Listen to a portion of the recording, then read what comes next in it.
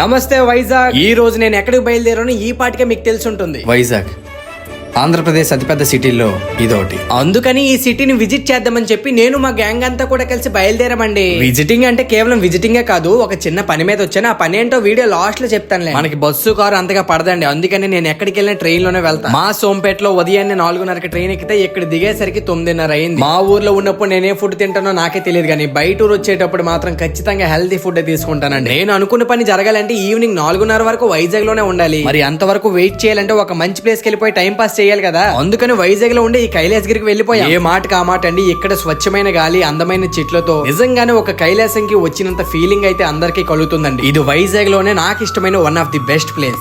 చూసారు కదా వెనకాలైతే RK beach, helicopter. అలా ఈవినింగ్ వరకు ఇక్కడ టైం పాస్ చేసేసి అప్పుడు స్టార్ట్ అయ్యామండి. ఎక్కడికో అనుకుంటున్నారా? పాస్పోర్ట్ ఆఫీస్ కి. అదండి మ్యాటర్. మనమైతే పాస్పోర్ట్ చేయించుకుంటున్నాం, అందుకని ఈ రోజు వైజాగ్ రావాల్సి వచ్చింది. ఎంత సడన్ గా పాస్పోర్ట్ ఎందుకన్నా అని మీరు అనుకోవచ్చు. ఆ ఫ్యూచర్ లో ఎప్పుడైనా మా గర్ల్ ఫ్రెండ్ తో ఎక్కడికైనా వెళ్ళడానికి పనికొత్తదని ఇప్పుడే చేయించుకోండి. మరి మీలో ఎంతమందికి పాస్పోర్ట్ ఉంది కింద కామెంట్స్ చేసేయండి.